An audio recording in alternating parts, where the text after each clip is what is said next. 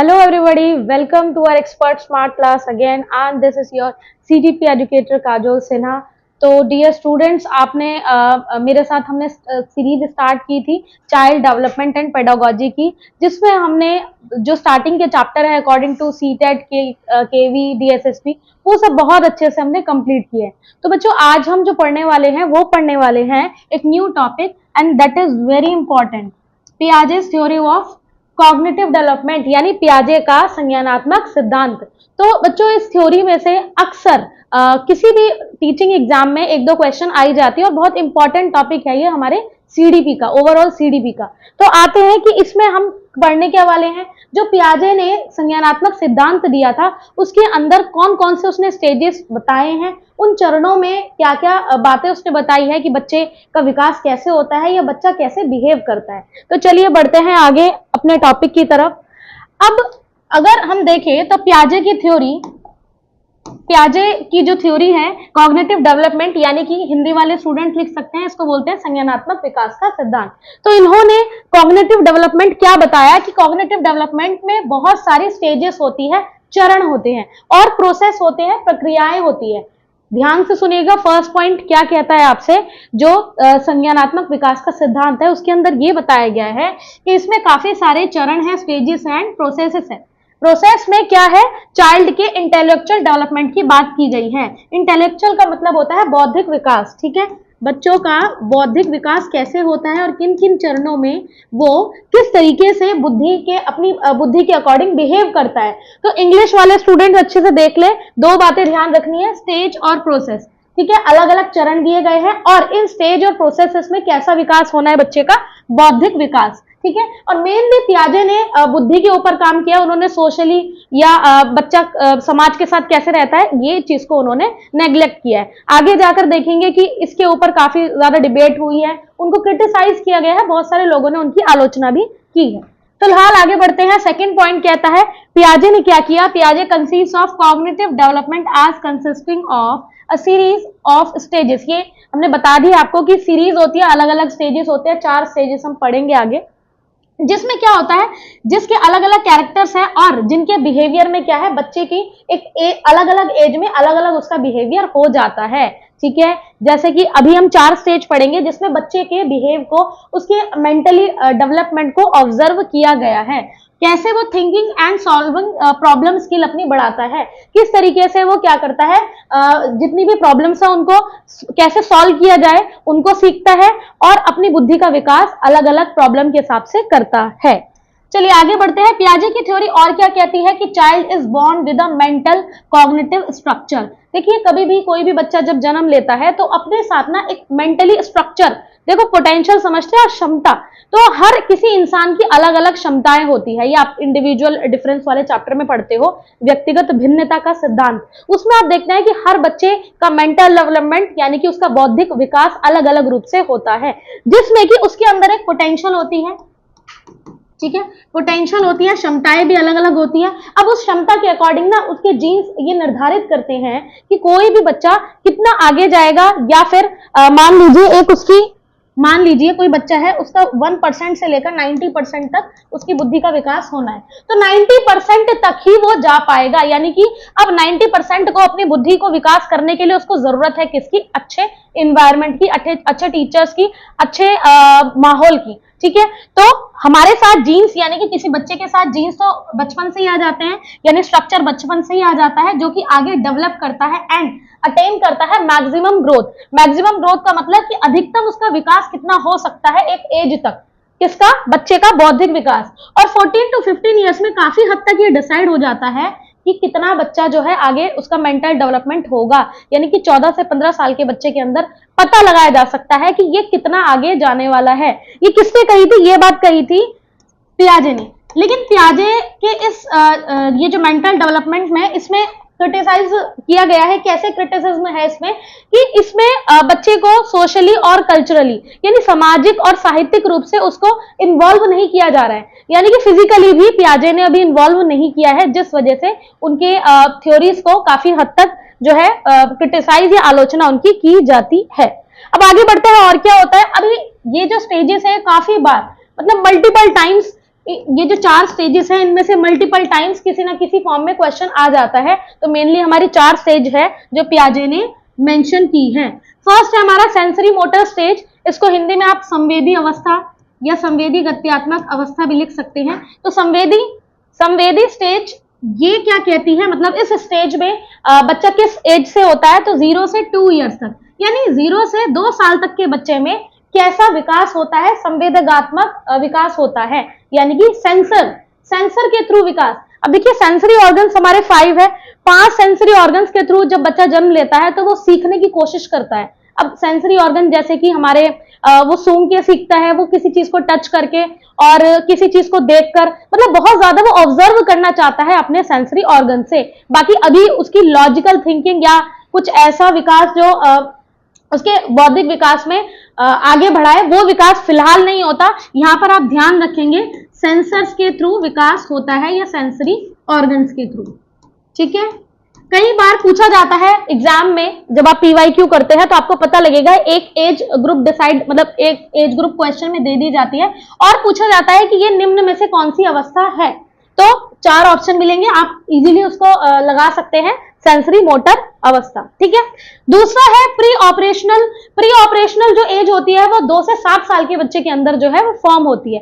Pre operational मतलब क्या होता है, थोड़ा सा वर्ड्स को थोड़ा तोड़कर सीखा कीजिए कि क्या कहना चाह रहे हैं। प्री ऑपरेशनल, ऑपरेशन मतलब ऑपरेशन हॉस्पिटल वाला ऑपरेशन नहीं, ऑपरेशन मतलब क्रिया करना, ठीक है। कि बच्चा जब एकदम मेंटली और फिजिकली क्रियाएं करने लगता है, चीजों को जोड़कर समझने लगता है, तो वो होती है ऑपरेशनल स्टेज।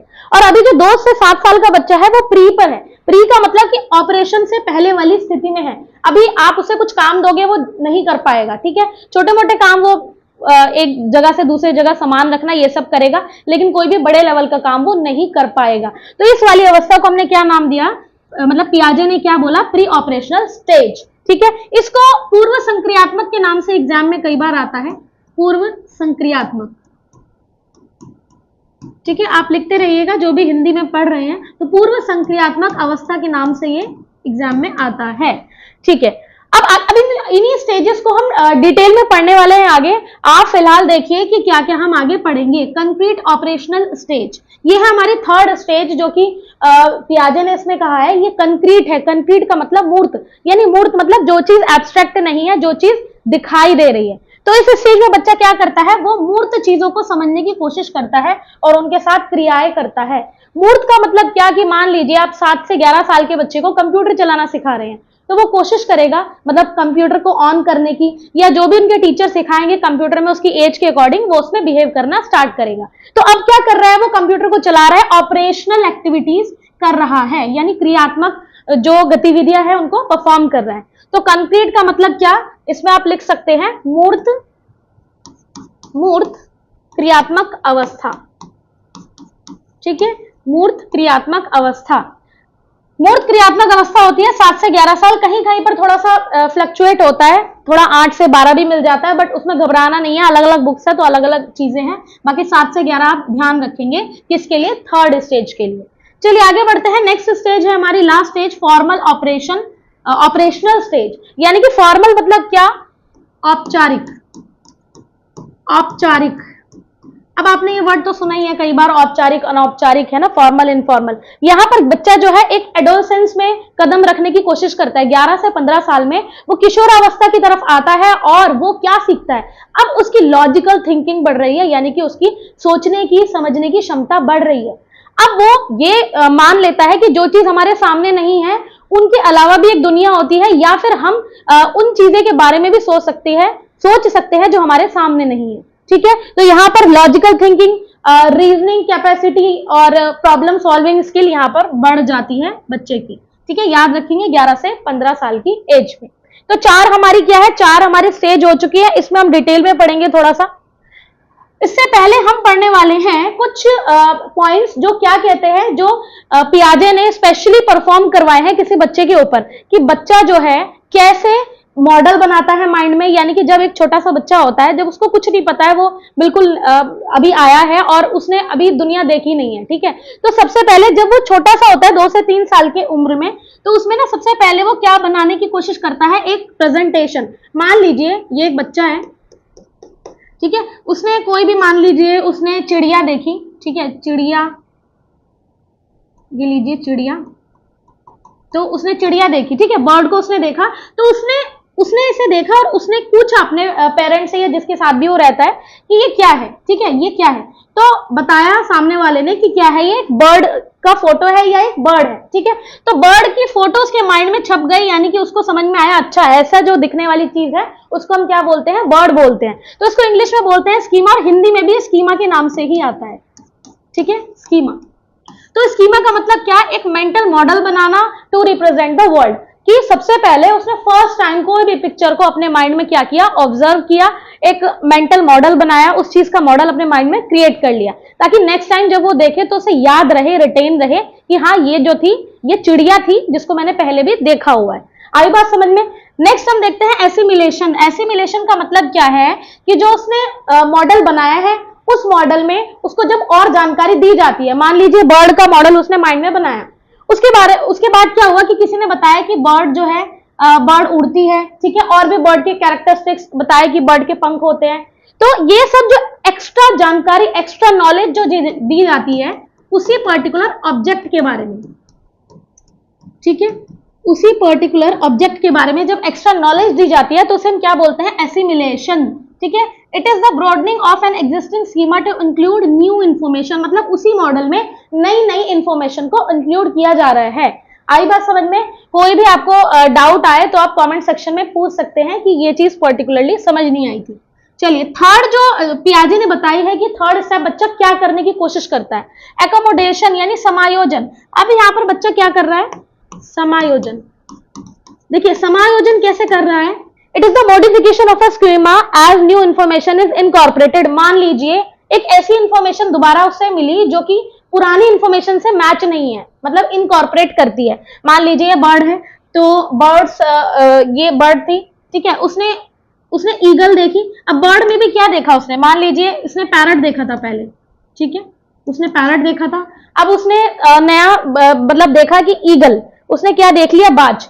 अब वो कोशिश कर रहा है कि यार पैरट तो छोटा सा था और ये ईगल की शेप तो बड़ी, मतलब काफी वास्ट है, और पैरट का कलर हरा था और ईगल का कलर ब्लैक या ब्राउन है, तो वो ना मतलब माइंड में उसके इंफॉर्मेशन पूरी तरीके से उलझ गई है, सारी जानकारी उसके अंदर उलझ चुकी है। तो अब वो क्या कर रहा है, अब जो मॉडिफिकेशन कर रहा है, यानी कि जो पहले उसने एक चित्र बनाया था माइंड में, अपने माइंड में स्कीमा बनाया था, उसमें वो क्या करने की कोशिश करता है बच्चा, मॉडिफिकेशन कर रहा है, इंफॉर्मेशन को देख रहा है कि पहले मैंने बर्ड ऐसी देखी थी, अब बर्ड दूसरी है, अब वो न्यू इन्फॉर्मेशन जो है वो इनकॉर्पोरेट कर रही है। तो यहाँ बच्चा जो है डिसबैलेंस कर पा रहा है, मतलब अभी वो समझ नहीं पा रहा है कि क्या मैं इसे वही कहूं, पैरट ही कहूं या कुछ और चीज है ये, ठीक है।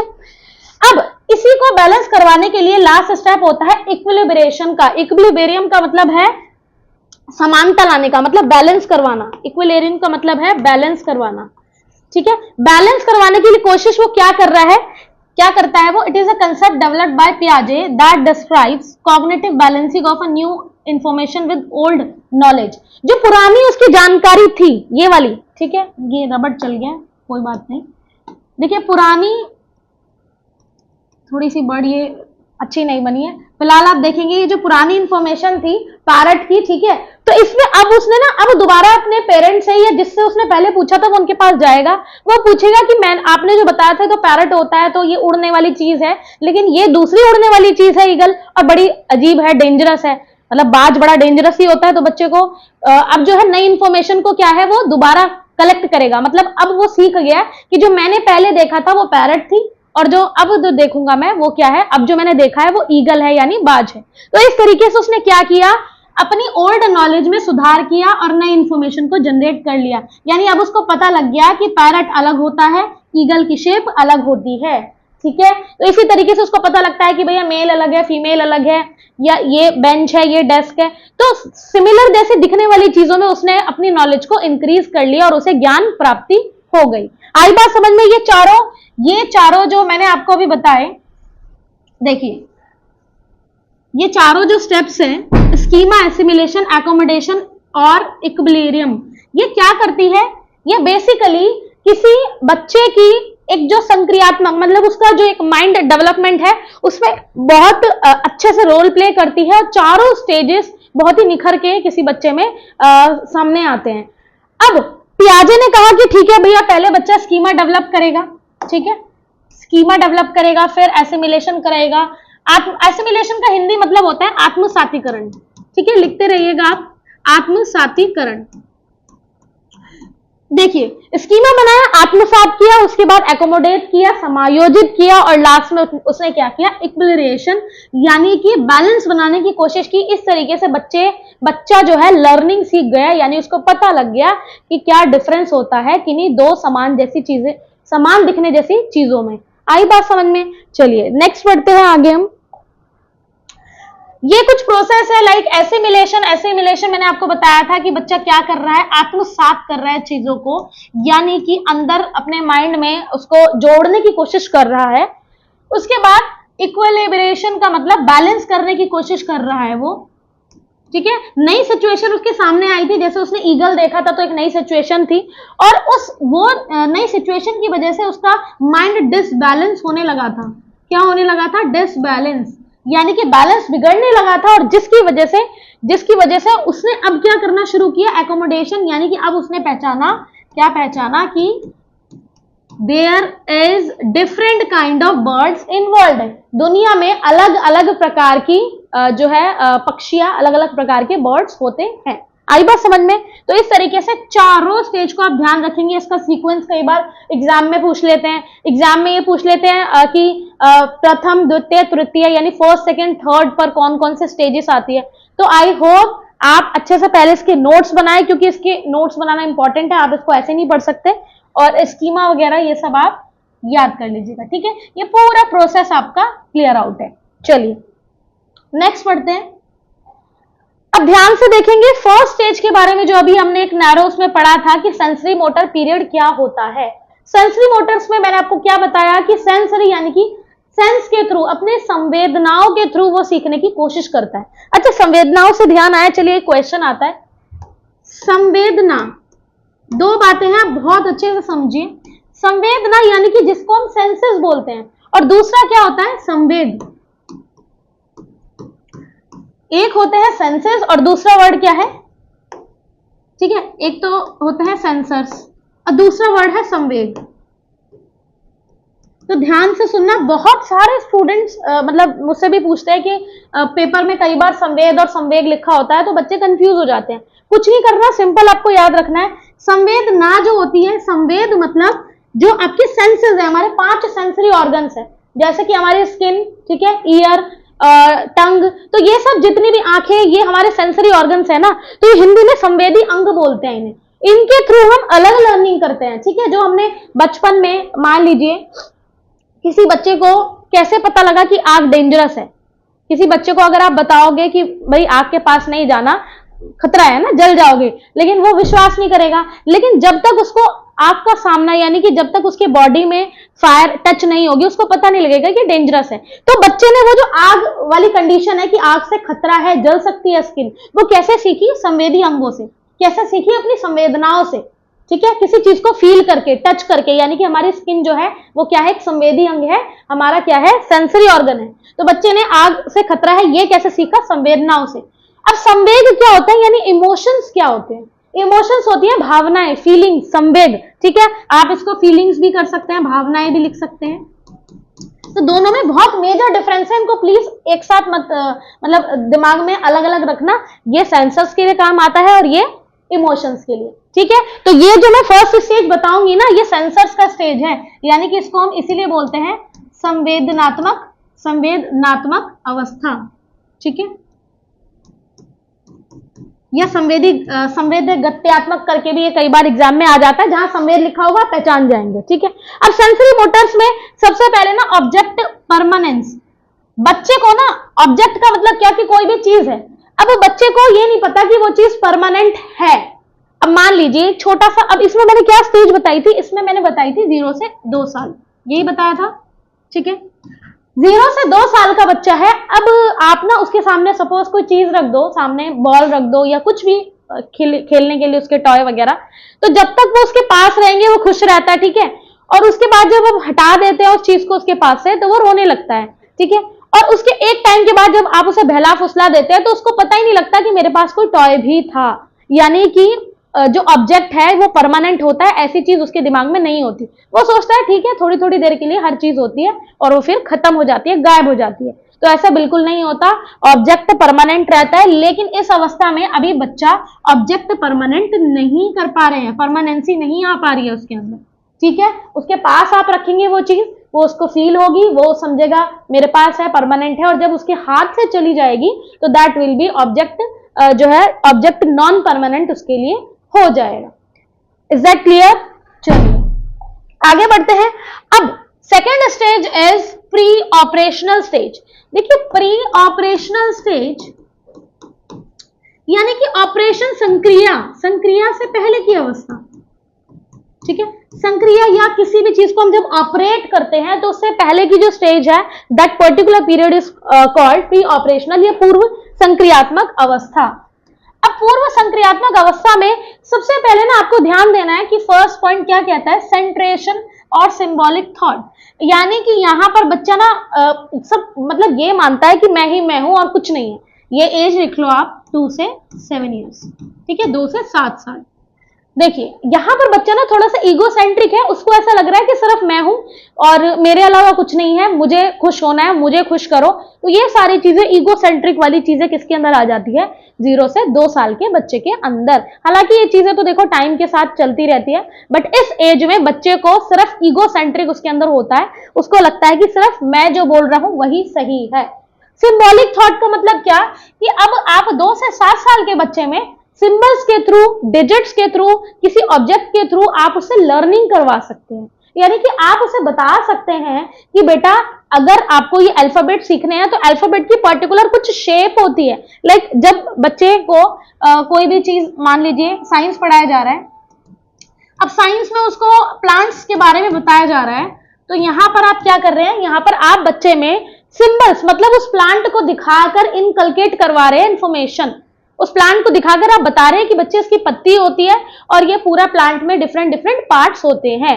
ठीक है, तो सिंबल्स के थ्रू यहाँ पर सीखने की कोशिश जो है वो अभी कंटिन्यू है। अभी लॉजिकल नहीं आएगा, ध्यान रखना है, लॉजिक लगाना अभी बच्चा नहीं सीख पा रहा है। ठीक है, इरिवर्सिबिलिटी का मतलब यह है कि अब जो है बच्चे को इतना नहीं पता कि अगर मान लीजिए 7 - 3, ठीक है, 7 - 3 4 होता है, बट अगर 4 और 3 को 4 + 3 को कर दिया जाए प्लस, तो क्या हो जाएगा 7। यानी कि आप समझे कि अगर मैंने 7 में से 3 माइनस किया तो मेरे पास 4 आता है, लेकिन अगर उसी में 4 में 3 ऐड करूंगी तो वापस से 7 आ जाएगा। यानी कि हम क्या कर सकते हैं, इरिवर्स कर सकते हैं, यानी कि डिजिट्स को घुमा सकते हैं और अपने अकॉर्डिंग चीजें आंसर ले सकते हैं। बट बच्चे को अभी ये नहीं पता है। ठीक है, उसे पता है कि भाई, उसे क्या पता है कि 1 2 3 4 5 6 और 6 में से अगर 3 माइनस किया तो कितने बचे, 1 2 3। ठीक है, तो इसे हम बोलते हैं सिंबॉलिक एक्सप्रेशन, यानी कि सिंबल्स के थ्रू लर्न करना। ठीक है, ध्यान रखेंगे, ये कई बार एग्जाम्स में आता है, वेरी इंपॉर्टेंट पॉइंट। ठीक है, तो इरिवर्सिबिलिटी अभी बच्चे में नहीं आ पा रही है, अभी वो सिंबॉलिक सिंबल से सीखने की कोशिश कर रहा है। यहां पर ईगोसेंट्रिक है, ईगोसेंट्रिक का मतलब अभी वो कैसा है, खुद ही में ही खोया हुआ है। वो समझ रहा है कि खुद जो मैं चाह रहा हूं वही होना चाहिए और वही अच्छा होता है। जो सामने वाला बात बोलेगा वो उसको अजीब लगेगी। एनिमिज्म का मतलब ये है कि अभी इस पीरियड में ना, जब आप बच्चों को कार्टून दिखाते हो 2 से 7 साल के बच्चे में, तो एनिमेशन, उसको ये नहीं पता कि हाथी उड़ता नहीं है। ठीक है, अगर ह्यूमन बींग्स भी उड़ रहे हैं ना अगर एनिमेशन में टीवी के अंदर, तो उसकी ठीक है, उसको लग रहा है कि हाँ ठीक है, इंसान भी उड़ सकते हैं, ठीक है, हाथी भी उड़ सकता है। ये एनिमेशन लाइक चीजें, इमेजिनेशन, इसे हम बोलते हैं इमेजिन करना। तो ऐसी चीजें जो है वो उसके माइंड में डेवलप हो पा रही है। कौन सी एज में, 2 से 7 year, and these all activities are done in which period, pre operational, यानी पूर्व संक्रियात्मक अवस्था में ये सब डेवलप हो रहा है। ठीक है, ये जो मैंने कुछ 4 से 5 चीजें आपको बताई है, ये छोटी मोटी चीजें नहीं है, काफी इंपॉर्टेंट है, क्योंकि इतना कंफ्यूज करके एग्जाम में दिया जाता है कि अगर प्रॉपर्ली आपने रिवीजन अच्छे से और इसको रिवाइज नहीं किया होगा ना, जितने पॉइंट्स आप एक एक पॉइंट से लिखेंगे तो हो सकता है आपको प्रॉब्लम आए, और जनरली प्रॉब्लम आती ही है। ठीक है, तो मेक श्योर कि एक एक पॉइंट आप क्लियरली पॉइंट आउट करके लिखेंगे और अपने प्रॉपर नोट्स बनाएंगी। चलिए नेक्स्ट हम बढ़ते हैं, the third stage is concrete operational stage. Concrete का मतलब होता है मूर्त चीजें, मूर्त, बीएड बीटीसी में आपने पढ़ा होगा ना मूर्त। तो मूर्त ऑपरेशन मतलब जब अब जो बच्चा है वो ऑब्जेक्ट के साथ काम करने वाला है। यहां पर स्टेज आ जाएगी क्या, यहां पर आप ईयर लिख सकते हैं 7 से 11 साल, ठीक है। 7 से 11 साल के बच्चे में क्या होता है, अब वो चीजों को परमानेंट समझता है। मतलब मान लीजिए आप उसको चीज दे रहे हो कुछ उसके यूज करने के लिए, आपने बाईसाइकिल दे दी या आपने मोबाइल फोन दे दिया थोड़ी देर के लिए, लेकिन आप उस मोबाइल फोन को या बाईसाइकिल को थोड़ी देर के लिए उससे ले भी रहे हो, ठीक है, एक क्योंकि बच्चे को जो है हर चीज करनी है अपनी लाइफ में, पढ़ाई भी करनी है, गेम्स भी खेलने हैं। तो उस 7 से 11 साल से बच्चे से जब आप सामान को ले लेते हो ना, तो उसके अंदर इतना परमानेंसी आ जाती है, इतना वो श्योर हो जाता है कि ठीक है बाद में मुझे ये चीज मिल जाएगी, मूर्त है, मतलब ये चीज गायब नहीं होगी, ये कैसी है, ये कंक्रीट है और एग्जिस्ट करती है, दुनिया में एग्जिस्ट करती है, खत्म नहीं होती है। मतलब खत्म तो होती है, देखो कोई भी चीज आई है, लेकिन कहने का मतलब यह है कि अब वो सीख रहा है कि मेरे सामने अगर नहीं है तो चीज है, फिर भी है, ठीक है। तो ये वाली बात किस में आ जाती है, कंक्रीट ऑपरेशनल पीरियड, मूर्त संक्रियात्मक अवस्था। इसमें मैं प्रॉपर हिंदी और इंग्लिश दोनों में एक एक वर्ड को डिफाइन कर रही हूं, आपको कोई भी दिक्कत नहीं आएगी, ठीक है। जो बच्चे जिन्होंने सीबीएसई बोर्ड से या यूपी बोर्ड या बिहार जिस भी बोर्ड से पढ़ा है, उन सबको दोनों लैंग्वेज में अच्छे से समझ आ जाएगा। और कुछ चीजें देखिए सीडीपी ना इंग्लिश में ज्यादा अच्छे से समझ आती है। चलिए अब बात करते हैं कंजर्वेशन की। कंजर्व करना मतलब होता है संरक्षित करना, ठीक है, किसी चीज का हमने संरक्षण कर लिया। अब देखो बच्चे को पता है इस एज में कि अगर मैं कोई चीज, मान लीजिए किसी एक चीज का फॉर्म बदल दूं, फॉर्म का मतलब पानी है, ठीक है ना, पानी को अगर मैं कंजर्व करना चाहूं और पानी का रूप चेंज कर दूं, फॉर्म चेंज कर दूं, तो पानी को तो मैं बर्फ भी बना सकती हूँ, है ना। फ्रिज में रख के बच्चा क्या कर सकता है, उसका बर्फ बना सकता है, बर्फ का पानी भी बना सकता है। तो यानी कि चेंज हो गई, फॉर्म कंजर्व कर लिया, यानी कि संरक्षित कर लिया। तो बच्चे को पता है कि फॉर्म चेंज हो जाती है, कोई दिक्कत नहीं है वो, लेकिन वो चीज एग्जिस्ट करती है उसका रूप बदलने के बाद भी। चलिए कंजर्वेशन डन। पूछा जाएगा आपसे कि कंजर्वेशन किस अवस्था में आता है, तो कंजर्वेशन आता है किस अवस्था में, कंक्रीट ऑपरेशनल पीरियड में, ठीक है, ध्यान रहेगी। दूसरा है रिवर्सिबिलिटी। रिवर्सिबिलिटी का मतलब अब बच्चा जो है जैसे कि मैंने अभी आपको, चलो एक एग्जांपल देती हूं, अभी मैंने आपको बताया था कि 7 ठीक है, 7 - 3, ठीक है, ये होता है 4। सपोज एग्जांपल हम 7 - 3 4। अब इसी 4 में 3 को ऐड कर दो तो क्या 7 आ सकता है, बिल्कुल आ सकता है ना। 3 + 4 = 7, यानी कि मैंने ना रिवर्स कंडीशन कर दी। मतलब बच्चे को अब इस एज में बच्चे को इतना समझ आया कि अगर मैं 7 - 3 करता हूं तो 4 आता है, और अगर इसी 4 में मैं 3 ऐड कर दूंगा तो क्या आ जाएगा, 7। यानी कि इसको बोलते हैं रिवर्स करना, उल्टा करना। मतलब चीजों को हम क्या कर सकते हैं, उसको घुमा फिरा के भी सेम आंसर ला सकते हैं। मान लीजिए 15 में से 10 माइनस कर दिए तो 5 आ गए, ठीक है, और इसी 5 में अगर मैं 10 ऐड कर दूं तो क्या आएगा 15। तो यानी इररिवर्स, मतलब रिवर्स हो गया ना मामला। तो ये चीज बच्चे को कब समझ में आती है, 7 to 11 ईयर्स में समझ में आ जाती है कि ठीक है हम चीजों को घुमा फिरा के भी आंसर ले सकते हैं, ठीक है। यानी कि लैंग्वेज जो है वो चेंज हो सकती है, आंसर एक ही होता है। चलिए दूसरी बात, डिसेंट्रलाइजेशन। देखो ये 7 से 11 साल का बच्चा है, अब उसमें क्या है, अब उसमें जो एक केंद्रीय प्रवृत्ति थी सेंटर वाली, मतलब उसको लगता था कि मैं ही हूं सिर्फ, है ना, जब मैं कहूंगा वही सच होता है, मेरी खुशी सबसे ज्यादा है, ईगोस्टिक बच्चा हो जाता है। तो वो एक चीज जो है वो खत्म हो जाती है, डिसेंट्रलाइज्ड हो जाती है। डिसेंट्रलाइज का मतलब ये है कि मेरे घर में क्या है, मेरे दादा दादी ग्रैंड पेरेंट है, मेरे मम्मी पापा है, यानी कि जो पावर है वो सबके पास है, ऐसा नहीं है कि सिर्फ मेरे अंदर पावर है। तो डिसेंट्रलाइज यानी कि क्या है, केंद्रीय अवस्था जो थी वो केंद्रीय अवस्था डिसेंट्रलाइज टूटने लगती है। तो इस तरीके से क्या हुआ, बच्चे को समझ में आता है कि इस समाज में, इस दुनिया में जितने लोग मेरे साथ हैं सबकी अपनी अपनी क्या होती है, पावर, एक किसी एक के पास पावर नहीं होती है। Is that clear? तो इस स्टेज में उसको ये बात समझ में आ गई। अगला पॉइंट जो है वो कहता है कि decrease in ego centrism. Ego बताया था मैंने कि जो एक ईगो वाली प्रवृत्ति होती है ना बच्चे की, वो इस एज में आके अब खत्म होने लगी है, कम होने लगी है। देखो खत्म तो नहीं होगी, आपने बहुत से बच्चे देखोगे जो 7 से 11 साल में भी खुद को ओवर स्मार्ट समझते हैं, होते हैं बहुत ऐसे बच्चे, लेकिन अगर हम एवरेज बात करें तो इस उम्र में बच्चे को थोड़ा तो समझ में आता है कि देखो मेरे मम्मी पापा हैं, उनकी भी बात सुननी चाहिए, सबकी बात सुननी चाहिए, मैं अभी छोटा हूं और मुझे जो है अपना विकास करना है। तो इस तरीके की चीजें उसके अंदर कब आ गई, उसके अंदर आई कंक्रीट ऑपरेशनल पीरियड यानी कि 7 से 11 साल के समय में। चलिए अब लास्ट स्टेज हमारी बच्ची है जिसका नाम है औपचारिक क्रियात्मक अवस्था यानी फॉर्मल ऑपरेशनल पीरियड। ठीक है, इसमें आप लिख लीजिए औपचारिक क्रियात्मक।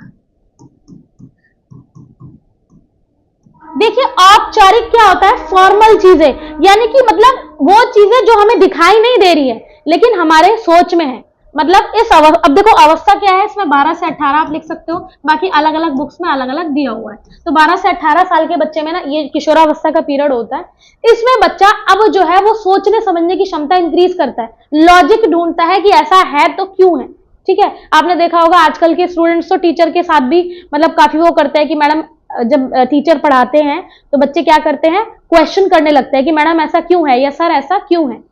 तो वो जो चीज है लॉजिकल थिंकिंग वाली, that is developed in formal operational period. तो इसमें औपचारिक रूप से एब्स्ट्रैक्ट थिंकिंग आती है। एब्स्ट्रैक्ट का मीनिंग कि उसको वो चीजों के बारे में वो सोच रहा है जो क्या है सामने अवेलेबल नहीं है, उसके सामने क्या है उपस्थित नहीं है। आई बात समझ में? तो इस तरीके से एब्स्ट्रैक्ट थिंकिंग उसकी क्या है, बढ़िया हो रही है। अब वो ना इस मतलब ऐसा भी नहीं है कि वो लाइफ के सारे डिसीजंस ले सकता है, बट कुछ ऐसे डिसीजन, कुछ ऐसे मोरल होते हैं जो उसके अंदर डेवलप होना स्टार्ट हो जाते हैं, उसको पता लगना स्टार्ट हो जाता है कि सही गलत में क्या डिफरेंस होता है बेसिकली। ठीक है, अब आते हैं हाइपोथेटिकल चीजें। हाइपोथेटिकल का मतलब मैथमेटिकल रीजनिंग, यानी कि अब उसके अंदर रीजनिंग, मैथ्स और कुछ ऐसी लॉजिकल चीजें डेवलप होना स्टार्ट हो जाती हैं। देखिए मैथ्स, रीजनिंग ये एक ऐसे सब्जेक्ट है जिसमें जब तक लॉजिक ना लगाया जाए, प्रैक्टिकली ना किया जाए, ये सॉल्व नहीं होते हैं। क्या स्पेशली रीजनिंग सब्जेक्ट की हम बात करें तो इसमें तो आपको जितना आप लॉजिक लगा सकते हैं उतना बढ़िया है। तो यही लॉजिकल थिंकिंग उसकी कब इंप्रूव होती है, 12 से 18 ईयर्स की अवस्था में। यानी कि अब वो मैथमेटिकल ऑपरेशन सीख रहा है, इक्वेशन। इस एज में बच्चे इक्वेशंस वगैरह करने लगते हैं सॉल्व, है ना। 12 से 18 साल में बेसिकली बच्चे 6th 7th के बाद जो क्लासेस होती है उसमें आ जाते हैं।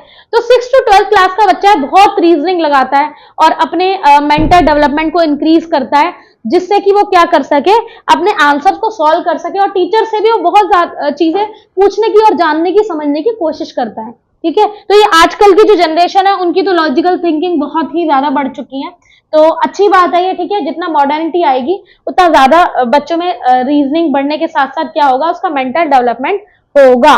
ठीक है,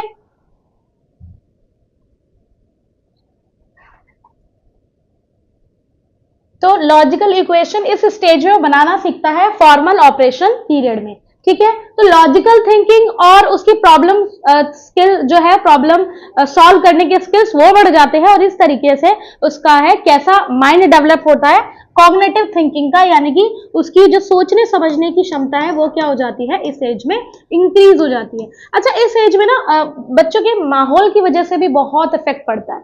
देखो इन्वायरमेंट जो होता है बच्चे का वो काफी हद तक 12 to 18 ईयर्स वाली एज में इफेक्ट करता है, लेकिन पियाजे ने एनवायरनमेंट के बारे में या सोशल स्ट्रक्चर के बारे में कोई बात ही नहीं किया। उन्होंने कहा कि ठीक है भैया एक एज है और जीन्स का इफेक्ट पड़ता है। ठीक है, तो जीन्स के इफेक्ट के कारण कि बच्चा कैसे कैसे आगे डेवलप करेगा वही पियाजे ने बताया है। चलिए तो आगे बढ़ते हैं। अब आती है हमारी फर्स्ट जो सेंसरी मोटर स्टेज थी। सेंसर्स के थ्रू सीखने वाली स्टेज में जो फर्स्ट 2 इयर्स होते हैं उसमें चाइल्ड परफॉर्म करता है एक्टिविटी। कैसे परफॉर्म करता है, सेंसरी ऑर्गन्स के द्वारा। मोटर एक्टिविटीज का मतलब क्या होता है, कुछ देखो मोटर का मतलब ना यहाँ पर गति करना। मोटर मीन्स कि कोई चीज, बच्चा जब छोटा होता है उसका मूवमेंट बहुत होते हैं। ठीक है, कभी वो हाथ और पैर और मुंह सब कुछ वो मोटर एक्टिविटी करता है, हाथ पैर हिलाता रहता है। तो इस तरीके से वो बचपन में उसको पता ही नहीं है कि क्या, अगर उसको मान लीजिए कोई चीज उसको अपने पास चाहिए ना, तो उस चीज को वो मुंह से पकड़ने की कोशिश करता है, हाथों से नहीं। मतलब पर्टिकुलर किसी ऑब्जेक्ट को वो पकड़ने के लिए हाथों या पैरों का इस्तेमाल नहीं करता है, उसको जो सही लगता है वो उस चीज को करने लगता है। तो मोटर एक्टिविटीज बहुत ज्यादा होती है इस एज में। अगली बात, for an infant at this stage. अब देखो इन्फेंट ही है, इन्फेंट का मतलब ठीक है, छोटा सा मतलब एकदम हुआ बच्चा है, न्यूबॉर्न बेबी है, इसमें क्या करेगा, objects exist when they can be seen, heard, touched, taste और स्मेल्ड। ऑब्जेक्ट किसी भी, देखो बच्चे को ये पता रहेगा कि अगर कोई चीज को मैं छू पा रहा हूं, देख पा रहा हूं, सुन पा रहा हूं, तो वो चीज तभी तक है जब तक मेरे नॉलेज में है। मतलब अगर मेरे सामने है, मैंने उसको टच की हुई है चीजों को, तो वो तब तक मेरे संज्ञान में है जब तक क्या है, मतलब उस चीज को मैं तभी तक एग्जिस्ट करवा पाता हूं जब तक वो मेरे पास है। अगर मेरे पास से वो चीज चली गई तो वो चीज क्या हो जाएगी, वो चीज नॉन परमानेंट हो जाएगी, यानी कि वो चीज चली गई। ठीक है, तो 5 सेंसरी ऑर्गन से वो कैसे सीख रहा है ये मैंने आपको बता दी। When they are removed from the infant's immediate sensory experience, they cease to exist. जब उनके सेंसरी ऑर्गन से वो चीजें दूर होने लगती है तो उन्हें क्या नॉलेज हो जाती है कि ये चीज मेरे दिमाग, ये चीज मेरे सामने ही नहीं है, तो ये एग्जिस्ट ही नहीं करती, ये है ही नहीं। ठीक है, ये दुनिया में खत्म हो चुकी है। तो ये सारी बातें हमने अच्छे से डिटेल में करी है, आगे बढ़ते हैं।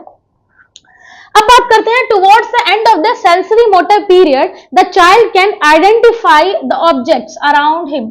यानी कि अब क्या है, इस एज में वो आइडेंटिफाई करने की कोशिश कर रहा है। ठीक है, कोशिश कर रहा है पहचानने की कि ये क्या चीज है। अब आपने देखा होगा कि बहुत छोटा सा बच्चा होता है, तो जब वो ना अपने पेरेंट्स के साथ रहता है, ठीक है, वो अपने पेरेंट्स, ये नहीं पता है उसको कि मम्मी पापा है, उसको ये पता है कि ये मेरे जानने वाले लोग हैं, ये मेरे साथ रहते हैं हमेशा। ठीक है, मम्मी पापा तो बाद में बोलना सीखेगा।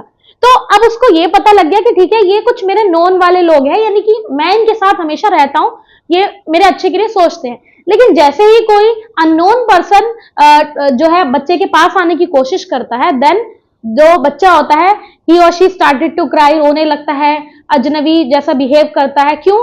क्योंकि अब उसे मतलब उसको ना अपने ही साथ वाले लोगों की थोड़ी सी पहचान होती है, बट जिस चीज को उसने देखा ही नहीं है उनसे वो दूर जाना चाहता है। Is that clear? और इमिटेट करना चाहता है। इमिटेट मतलब, इमिटेट का मीन होता है अनुकरण, यानी बच्चा क्या कर रहा है, अनुकरण करना चाहता है। कई बार बच्चा ना एक्टिंग करने लगता है ना, कि जैसे उसके पेरेंट्स कोई चीज के ऊपर मतलब कोई भी एक्टिविटी करके उसे दिखा रहे हैं, या रो रहे हैं, हंस रहे हैं, कुछ भी एक्स्ट्रा चीजें कर रहे हैं, तो बच्चा भी उस चीज को फिर इमिटेट करता है, अनुकरण करना सीख जाता है।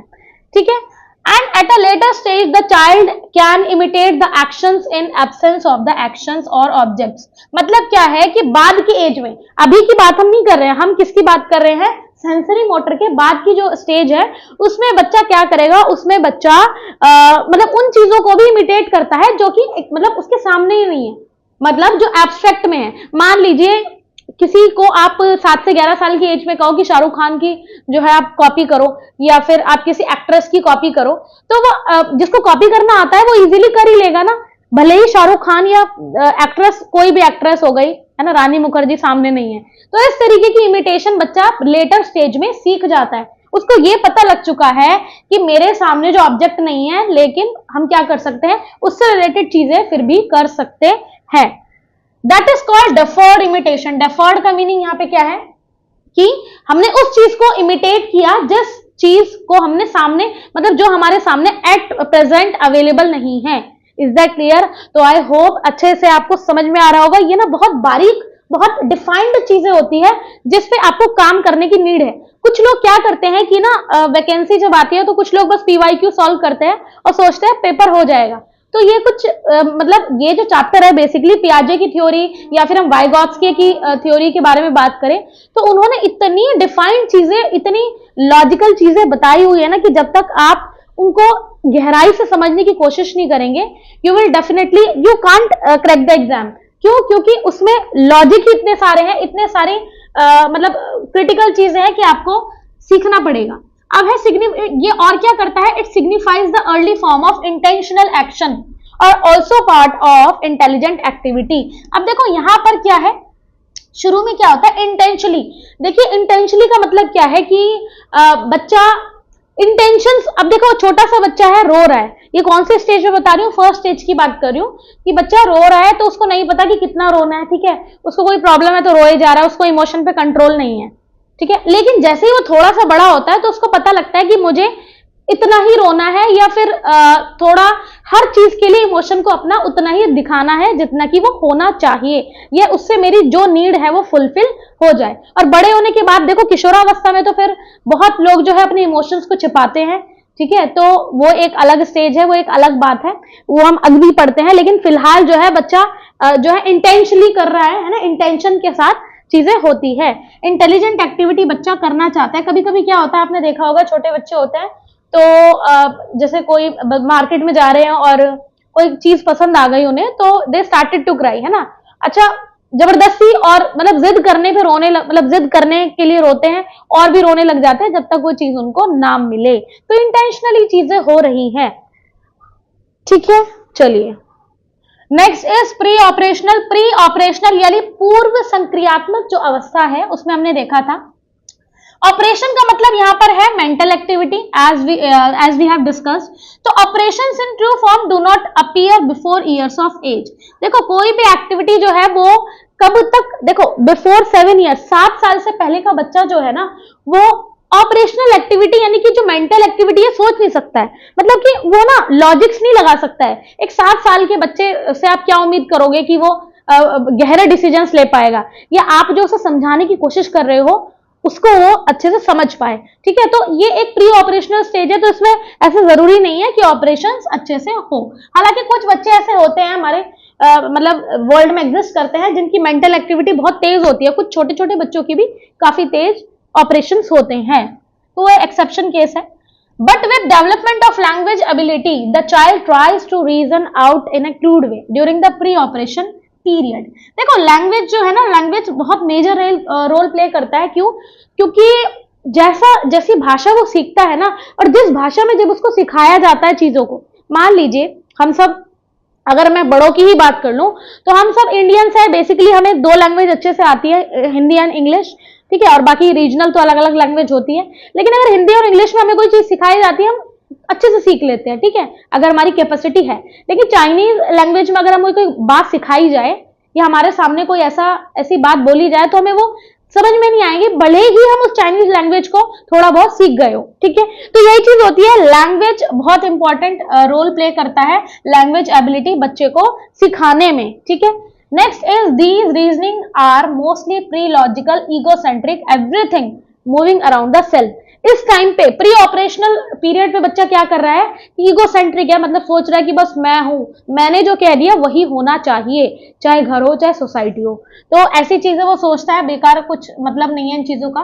प्री लॉजिकल होता है, लॉजिक होता ही नहीं बच्चे में इस टाइम पे, ठीक है। उसके आसपास जो चीजें हैं सब सही है, और उसने कहा कि भाई हाथी उड़ रहा है तो उड़ ही रहा है, ठीक है। तो इंट्यूटिव मतलब उसके जो इंट्यूशन अंदर से कह रहे हैं उन्हीं को वो फॉलो अप करता है। इस तरीके की चीजें उसके इमोशंस, उसके पैशन से निकल के आती है। तो इस उम्र में बच्चे को ये सारी चीजें जो है उसके माइंड में चल रही होती है। तो हमने क्या क्या पढ़ लिया, हमने डिस्कस किया कि प्री ऑपरेशनल पीरियड में बच्चा ऑपरेशंस कैसे करेगा, और बच्चा लैंग्वेज एबिलिटी कैसे इंप्रूव कर पाएगा, और बच्चे के इंट्यूशंस क्या, उसका जो ईगोसेंट्रिक स्टेट है वो कैसा होता है। तो जितने भी स्टेज आप पढ़ रहे हो और जो छोटे छोटे माइनर से पॉइंट मैं डिस्कस कर रही हूं आपके साथ, ये सब पीवाईक्यू में आ चुके हैं। पीवाईक्यू करिएगा इस पूरे चैप्टर के बाद, ठीक है। चलिए, next is concrete operational. Concrete यानी कि मूर्त बताया मैंने आपको, यानी कि जो चीज सामने है, एग्जिस्ट करती है। Intelligence as is commonly understood begins to appear towards the end of pre operational. Pre operational period के बाद क्या हो चुका है, अब बच्चे में कैसी थिंकिंग हो रही है, इंटेलिजेंस वाली, यानी कि लॉजिकल थिंकिंग कर पा रहा है। 6 से 7 साल के बीच में जब वो आने लगता है, तो यहाँ से जो है स्टार्ट होना शुरू हो जाता है। स्टार्ट कैसे होता है, जब स्कूलिंग में आता है बच्चा, तो स्कूलिंग पर्पज से उसको पता लगना शुरू हो जाता है कि हाँ किसी न किसी चीज के पीछे कोई ना कोई कारण होता है, ठीक है। हालांकि बड़े लोगों को नहीं पता लग पाती है चीज कभी कभी, ठीक है, तो वो तो एक खैर बात की बात है। It is during the concrete operation period from 7 to 11। देखो मैंने आपको बताया था 7 to 12 हो, 11 है, वो अलग अलग बुक्स में अलग अलग डिफाइंड है। चलिए, children make a fundamentally important transition from a pre logical form of thought. अब चिल्ड्रन क्या कर रहे हैं, फंडामेंटली, देखो फंडामेंटल का मतलब जो बेस होता है ना, हमारा बेसिक चीज है, अब उसको डेवलप कर रहे हैं, और वो क्या कर रहे हैं, लॉजिकल थिंकिंग की तरफ जा रहे हैं। और अब जानने की कोशिश बच्चा कर रहा है कि जो चीजें मैंने बचपन से सुनी है क्या वो रियली एग्जिस्ट करती है। तो अब बच्चा रियलिटी की ओर जो उसका फेज है वो ट्रांसफर हो रहा है। Is that clear? तो रियलिटी की ओर, कंक्रीट ऑब्जेक्ट्स को देख रहा है वो, और इवेंट्स को सोच रहा है। तो यहां पर उसका जो है मूर्त विकास यानी कंक्रीट डेवलपमेंट होना स्टार्ट हो चुका है। Okay, the next part is the 3 important mental abilities develop. अब 3 प्रकार की प्रक्रियाएं जो है उसके माइंड में स्टार्ट हो जाती है। कौन सी है वो ध्यान से देखो, कंजर्वेशन, क्लासिफिकेशन और सीरिएशन। देखो, कंजर्वेशन का मतलब किसी चीज को संरक्षित करना, संरक्षण, ठीक है। दूसरा होता है वर्गीकरण, क्लासिफिकेशन। दूसरा थर्ड है हमारा सीरिएशन, यानी कि क्रम से चलना। अब बच्चों को पता है, बच्चे को इस एज में पता लग रहा है कि कोई भी चीज हो उसका फॉर्म अगर बदल जाए तो जरूरी नहीं है कि वो चीज खत्म हो जाए, फॉर्म बदलने के बाद भी वो चीज एग्जिस्ट करती है। आई बात समझ में? जैसे भी मैंने पानी वाला एग्जाम्पल आपको दिया था, और भी बहुत सारे एग्जाम्पल्स है, आप ले सकते हैं कोई भी। जैसे कि रबड़ बनती है या फिर फर्नीचर बनता है लकड़ियों से, तो लकड़ियों का फॉर्म चेंज होके वो किस फॉर्म में आ गया? फर्नीचर में। बाकी है तो वो अभी भी लकड़ी, यानी कि वुड। तो संरक्षण होता है, ठीक है, कंजर्वेशन होता है, ये बच्चे को पता लगता है इस कंक्रीट ऑपरेशनल स्टेज में। नेक्स्ट इज क्लासिफिकेशन, वर्गीकरण, ठीक है। वर्गीकरण यानी कि उसको पता लगता है कि अलग कोई भी चीज ना अलग अलग तरह से क्लासिफाइड की जा सकती है, ठीक है, अलग अलग वे में डिफाइन की जा सकती है। थर्ड उसको पता लगता है सीरिएशन, यानी कि हर चीज का एक सीक्वेंस होता है, एक सीरियल होता है। सीरियल मतलब उसका एक क्रम, ऑर्डर डिसाइड होता है। तो ये कुछ बातें थी हमारी किसके बारे में? थर्ड स्टेज के बारे में। अब देखो आगे आ जाओ, कंजर्वेशन। कंजर्वेशन के लिए मैं जैसे एग्जांपल अगर मैं आपको बताऊं, मान लीजिए ये बाल्टी है, ठीक है, बाल्टी में इतना पानी है या 5 लीटर पानी है, ठीक है, और ये टब है, ठीक है, देखने में टब बड़ा है ना।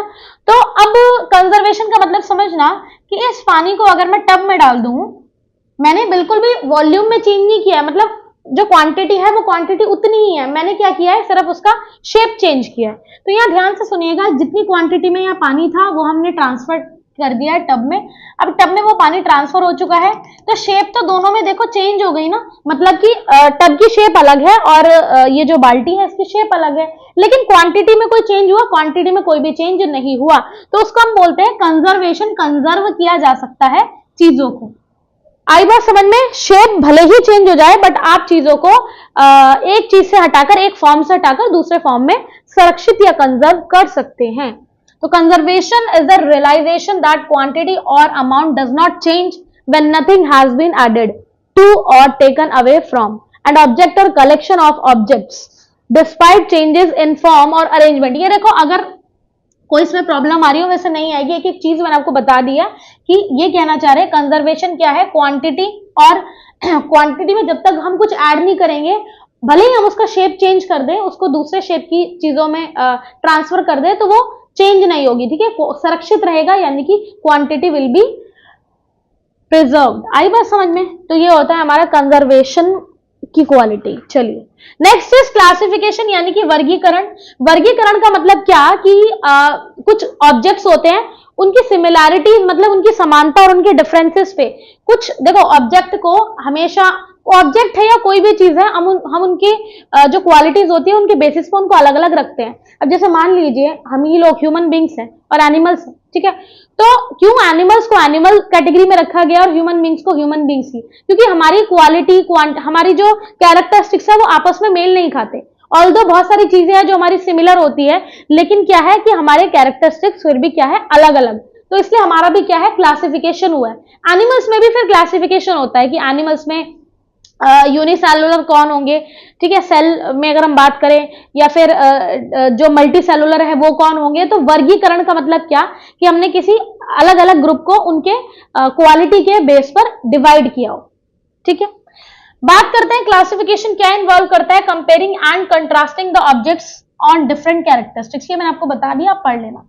जैसे कि size, shape, colour, weight, use, material. तो जैसा कि देखो हर अलग अलग चीज, अब जैसे मान लीजिए कोई भी चीज आप ले लो, लाइक पेन है, मान लीजिए ये पेन है, तो इसकी शेप अलग है, इसका कलर अलग है। अब मैं दूसरा पेन लूंगी तो उसकी शेप, कलर अलग होगा, उसकी कुछ और अलग क्लासिफिकेशन होगी, वो कुछ और महंगा हो सकता है या सस्ता हो सकता है मार्केट में। तो सब अलग अलग रूप से क्लासिफाइड है, ठीक है,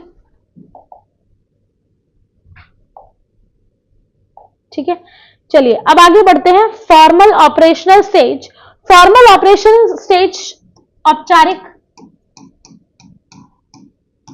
अब औपचारिक ऑपरेशन यानी कि औपचारिक जो संक्रियाएं होती है उसमें क्या है, फॉर्मली कैसे बच्चा सीख रहा है, यहाँ पर ना इमेजिनरी चीजें सीख रहा है। हाइपोथेटिकल, देखो हाइपोथेटिकल का मतलब कि कभी कभी ना बच्चा सपने देखने लगता है जो कि एग्जिस्ट भी नहीं करती है, हाइपोथेटिक हो जाता है, ठीक है। उसमें एब्स्ट्रैक्ट मतलब उन चीजों की इमेजिनेशन करता है कि मैं तो ऐसा करूंगा या मैं ऐसा करूंगी या फिर ऐसा हो सकता है। कल्पनाओं की दुनिया क्रिएट करना, आप जैसे मूवीज वगैरह को देख के जो एडोलसेंस वाले बच्चे होते हैं वो पता नहीं क्या क्या ही सोचते हैं कि ऐसा होता है वैसा होता है, लेकिन रियल में उतना नहीं होता। तो वो सारी चीजें बच्चा अपने दिमाग में जो है एब्स्ट्रैक्ट चीजें बना के बैठ जाता है। और फ्री फ्रॉम कंक्रीट, ठीक है। अब वो जो है वो उतना ज्यादा ना वो रियलिटी को ध्यान नहीं दे पाता। मैं क्या कह रही हूँ वापस से समझो, उतना ज्यादा बच्चा इस एज में रियलिटी की तरफ नहीं जाता है जितना वो सपनों में जाता है, इमेजिनेशन वाली दुनिया में जाने की कोशिश करता है। ये चीज उसके बाद फिर देखो 18 ईयर्स के बाद ये चीजें फिर सही हो जाती है, बच्चा धीरे धीरे समय के साथ डिसीजन सही लेने लगता है। फिलहाल लॉजिक, जैसे कि लॉजिकल थिंकिंग मैंने आपको बताया था बढ़ती है। मान लीजिए यहाँ पर एक चीज दी हुई है, एक इक्वेशन है, a is larger than b, a b से बड़ा है, दूसरे में बताया गया है b c से बड़ा है। ये एक रीजनिंग का, मान लीजिए एक रीजनिंग का क्वेश्चन है, मान के लीजिए रीजनिंग में ऐसे क्वेश्चन आते हैं। तो a b से बड़ा है, b c से बड़ा है, दोनों बातें जो है अलग अलग रूप से लिखी हुई है। तो यहाँ बच्चे ने क्या समझा, बच्चे से अगर पूछा जाए कि कौन सबसे बड़ा है तो बता सकता है बच्चा कि a बड़ा है, ठीक है, या कौन सबसे छोटा है, which is the smallest, c। तो इस तरीके से ना उसने एब्स्ट्रैक्ट और लॉजिकल प्रॉब्लम सॉल्विंग चीजें अपने दिमाग में इंक्लूड करना स्टार्ट की है और उसका दिमागी विकास बहुत तेजी से हुआ। चलिए आगे बढ़ते हैं। ये एक टेबल है, इस टेबल के अंदर आपको ना, जैसे अभी हमने जितना भी पढ़ा है वो सब समअप है। समअप का मतलब समराइज्ड वे में दिया हुआ है, छोटा छोटा पॉइंट जो भी है, माइनर डिटेल में सब कुछ गिवन है, आप इसको पढ़ लेना। एक बार मैं आपको थोड़ा सा एक्सप्लेन कर देती हूँ। सेंसरी मोटर्स, एज पूछ लिया जाता है, एज। प्री ऑपरेशनल में ये सारे एजेस वैसे 2 से 7 साल इंपॉर्टेंट है, ठीक है, ये वाला ज्यादा इंपॉर्टेंट है, ये ध्यान रखना। कंप्लीट में 7 to 11 या 12, फॉर्मल में 11 to 12 या 14, ठीक है। इसमें इंटेलिजेंस रहेगी आपके किसमें, सेंसरी मोटर्स वाले में। प्रेजेंट एक्टिविटीज, लैंग्वेज अभी नहीं हुआ है डेवलप, कोई ऑब्जेक्ट का आइडिया नहीं आया है, तो इस तरीके की चीजें रहेंगी फर्स्ट स्टेज पे। सेकेंड स्टेज में मैंने आपको बताया था ईगोसेंट्रिक, रीजन, ये सारी चीजें, ठीक है। नेक्स्ट थर्ड में ability to conserve, logic of class, ये सारी चीजें आप पढ़ लेना, मैंने एक एक चीज डिटेल में आपको समझा दी। कंप्लीट जनरलिटी का मतलब है कि 15 साल तक उसको समझ में आएगा। प्रीपोजिशनल एबिलिटी, हाइपोथेटिकल चीजें सोचने लगता है, तो ये सारी चीजें इस टेबल में अच्छे से गिवन है। ये मतलब ना एक रिवीजन के लिए ये टेबल, ये रिवीजन मतलब कि जब आप पेपर के टाइम पे एक नजर इस पे मारते हैं तो आपको पता लग जाएगा कि हाँ हमने पूरे उसमें क्या क्या पढ़ा है पूरी वीडियो में। Is that clear?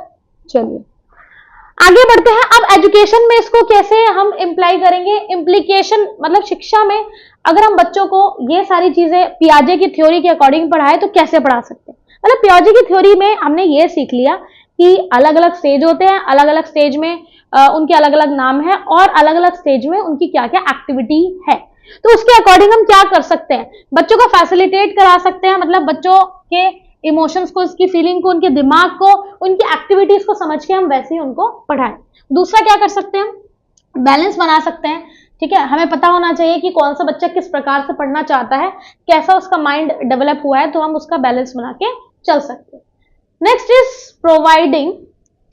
Providing authentic, हम बच्चों को रियल वर्ल्ड से अगर जो है नॉलेज दिलाएं उनको रियल वर्ल्ड की। रियल वर्ल्ड का मतलब कि जैसे आजकल के स्कूल्स में क्या होता है कि बच्चों को डिफरेंट काइंड के टूर पे ले जाया जाता है, कभी पार्क में, नेशनल पार्क्स वगैरह है या माउंटेन्स में, तो उससे बच्चा क्या कर रहा है, वर्ल्ड को समझने की और उसको रियलिटी को देखने की कोशिश कर रहा है, नेचर को देखने की कोशिश कर रहा है, ठीक है। Next is encouraging self analysis and self assessment of their learning progress. बच्चों को इस काबिल बनाया जाना चाहिए कि जब वो सीखे, और देखो इसमें बच्चों की बात नहीं है, मैं आपको भी कहना चाहती हूँ, आप जो भी कुछ अब तक सीख चुके हैं और जो आप सीख रहे हैं इन वीडियोस में भी, या आप जहां भी जो भी सीख रहे हैं, आपको ना सेल्फ एनालिसिस करना आना चाहिए। ये नहीं कि आपने बस आप सीखते ही जा रहे हैं लाइफ में तो कुछ नहीं होता, वो बस वो फिर चीजें भरती रहती है दिमाग में और वो फिर कूड़ा बन जाती है एक टाइम पे। तो आपको क्या करना है, आपको सेल्फ एनालिसिस करने के लिए वही दोबारा कहूंगी कि पहले सारा पढ़ के उसके बाद आप क्वेश्चन लगाओ, आपको पता लगेगा कि आप कितने क्वेश्चन डील कर पा रहे हैं, ठीक है। Next is knowledge is actively constructed, ठीक है, नॉलेज जो है एक्टिवली बच्चे को नॉलेज देनी चाहिए और बच्चे की नॉलेज को भी मतलब एक मोटिवेशन देनी चाहिए। अगर उसकी नॉलेज कम भी है तो उसको आप कोशिश करें कि किस तरीके से उसकी नॉलेज में इंप्रूवमेंट करें। पैसिव बिहेव उसके साथ ना करें, पैसिव मतलब निष्क्रिय वाला कि दिमाग खा रहा है, लाइक बच्चे टीचर होते हैं बहुत टीचर्स तो क्या कहते हैं कि मेरे पास टाइम नहीं है, अगर बच्चा कुछ डाउट पूछने आए तो पैसिव नहीं होना है, ठीक है। चलिए next is language is a primary symbolic, language जो है पहला ऐसा सिंबल होता है जिसके थ्रू बच्चा सीखने की कोशिश करता है। देखो छोटे से बच्चे को तो आप जब 2 साल तक का बच्चा होता है उसको तो लैंग्वेज का इतना समझ नहीं आएगा। 2 साल के बाद बच्चा जब लैंग्वेज में आता है तो जितनी भी चीजें सीखता है इस दुनिया में वो लैंग्वेज से ज्यादा सीखता है, ठीक है। नेक्स्ट है while providing learning experiences maturation levels of children, तो इस तरीके से हमें लर्निंग एक्सपीरियंस करने चाहिए कि बच्चों को कैसे सिखाना है। देखो 2 बातें होती है, एक होता है पढ़ाना और एक होता है सिखाना। कोशिश आप करिए कि पढ़ा तो देखो पढ़ा तो सब रहे ना, पढ़ा पूरी दुनिया रही है, जिसके पास नॉलेज है वो कोशिश करता है कि मैं भी पढ़ाऊं, लेकिन पढ़ाने और सिखाने में जमीन आसमान का फर्क है। ध्यान रखना पढ़ाना और सिखाना दोनों में डिफरेंस है। पढ़ाने की कोशिश मत कीजिए, सिखाने की कोशिश कीजिए कि सामने वाला आपसे सीखे और आपको याद रखे कि हाँ ये चीज हमने सामने वाले से या टीचर से सीखी थी। चलिए आगे बढ़ते हैं। अब कुछ क्वेश्चंस हैं, इन क्वेश्चंस को हम थोड़ा सा डील करेंगे, देखते हैं क्या आपकी नॉलेज में इनहेंसमेंट हुआ है। Which one of the following is not a limitation of pre operational thought, निम्नलिखित में से कौन सी पूर्व संक्रियात्मक विचार की एक सीमा नहीं है। देखिए सीमा का मतलब क्या है, कमी, ठीक है। तो कमी सीमा यहाँ पे लिमिटेशन जो दी गई है, तो पहला देखो कि ध्यान केंद्रित करने की प्रवृत्ति, ठीक है। दूसरा है हमारा प्रतीकात्मक विचार का विकास यानी डेवलपमेंट ऑफ सिंबॉलिक थॉट, अहंमता यानी ईगोसेंट्रिज्म, इरिवर्सिबिलिटी। देखो ईगोसेंट्रिज्म नेगेटिव है ये चीज, ठीक है, गलत कर दो इसको, मतलब ये ऑप्शन सही नहीं होगा। इरिवर्सिबिलिटी मतलब अनुत्क्रमणता, उल्टा चीजों का उल्टा सीखना, तो पूर्व संक्रियात्मक में ये सब सारी चीजें बिल्कुल भी नहीं होती है, तो इसे भी कट कर देंगे हम। Next is tendency to concrete, ध्यान केंद्रित, अरे छोटा सा बच्चा है 2 से 7 साल का, ध्यान केंद्रित कैसे करेगा, ठीक है, तो ये भी गलत हो जाएगा। तो ऑप्शन हमारा एक ही बचता है, प्रतीकात्मक विचार का विकास। पूर्व संक्रियात्मक में वो कैसे सीखता है, प्रतीकात्मक यानी सिंबल्स से, तो आंसर विल बी सेकंड, मतलब ऑप्शन बी सही। Next question, according to Jean पियाजे schema building occurs as a result of modifying new information to fit existing schemes and by modifying old schemes। अब यहाँ पर क्या है, स्कीमा मैंने आपको क्या बताया था, स्कीमा यानी कि किसी चीज का मॉडल हमारे माइंड में बनाना। स्कीमा में क्या कर रहे हैं, स्कीमा में न्यू इन्फॉर्मेशन फिट करनी है, ठीक है, न्यू इन्फॉर्मेशन फिट करनी है, ओके चलिए कर दी। उसके बाद एग्जिस्टेंस की and by modifying old scheme, अब मॉडिफाई भी किया है, मतलब इसके बाद क्या प्रोसेस है, मॉडिफिकेशन यानी चेंज। तो अभी हमने जो पूरी टेबल और ट्रिक से पढ़ा है बस उसी को यहाँ अप्लाई करना है, बहुत ज्यादा ना कंफ्यूज नहीं होना है, भले ही वर्ड्स कंफ्यूजन वाले हैं बट जब आपको पूरी मतलब पता है ना चैप्टर की ABCD पता है तो फिर क्या ही दिक्कत है। अब यहाँ पर न्यू इन्फॉर्मेशन के लिए क्या क्या कर सकते हैं हम, एसिमिलेशन, ठीक है, एसिमिलेशन का मतलब होता है आत्मसातीकरण। न्यू इन्फॉर्मेशन का मतलब क्या कि बच्चे को, मैंने भी बताया था ना पैरेट वाली कहानी, तो जब बच्चे को पैरेट के बारे में बताया गया तो बच्चे को उसमें आत्मसात यानी एसिमिलेट कराया गया, और जब पैरेट से ईगल की बात बताई गई तो एकोमोडेट कराया गया यानी कि मॉडिफिकेशन। एकोमोडेशन यानी समायोजन का मतलब क्या है, चेंज होना, इंफॉर्मेशन जो पुरानी थी उसमें क्या होना, चेंज, बैलेंस करवाना। तो आंसर विल बी डी, तो डी ऑप्शन जो है करेक्ट हो जाएगा। तो आपको ना मतलब जब भी आप क्वेश्चन करें ऐसे पेपर में तो ध्यान रखना, प्रेजेंस ऑफ माइंड अच्छे से रखना, मतलब अपने दिमाग को ना बहुत अच्छे से प्रेजेंट रखना, तभी ये क्वेश्चन डील हो पाएंगे, अदरवाइज कोई और ऑप्शन नहीं है। क्वेश्चन नंबर 3 करते हैं। पियाजे ने कहा children's thinking differ in dash from adults than in dash. Children की जो थिंकिंग होती है वो एडल्ट से किस प्रकार से अलग है, बड़ों के सोचने समझने से किस प्रकार से बच्चों की सोच अलग है। तो आप क्या बताएंगे, साइज में बिल्कुल भी नहीं, ठीक है, करेक्टनेस नहीं, अमाउंट कह सकते हो आप, काइंड भी कह सकते हो, ठीक है, काइंड नहीं हो सकता, ठीक है, काइंड फ्रॉम एडल्ट्स ये तो बिल्कुल ही गलत है। साइज तो जहां आया, साइज तो कहीं से नहीं आएगा, तो दोनों ऑप्शन तो एलिमिनेट कर दो आप खुद से। अब बचे 2 ऑप्शन, तो यहां पर ना सबसे पहले आप देखो कि पहले आएगा amount from adults than in kind. देखो अमाउंट में मतलब मात्रा में हम कह सकते हैं कि बच्चे की जो नॉलेज है या उसकी थिंकिंग है वो मात्रा में कम हो सकती है, बट प्रकार में कम नहीं हो सकती, काइंड में कम नहीं हो सकती। काइंड का मतलब एक चीज समझो, अगर बड़े उसे कह रहे हैं कि मर्डर करना गलत है या चोरी करना गलत है, तो बच्चे ने समझ लिया है कि ठीक है चोरी करना ये सब चीजें गलत है, तो वो प्रकार तो एक ही बैठेगा ना, छोटा और बड़ा प्रकार कुछ नहीं होता है, ठीक है।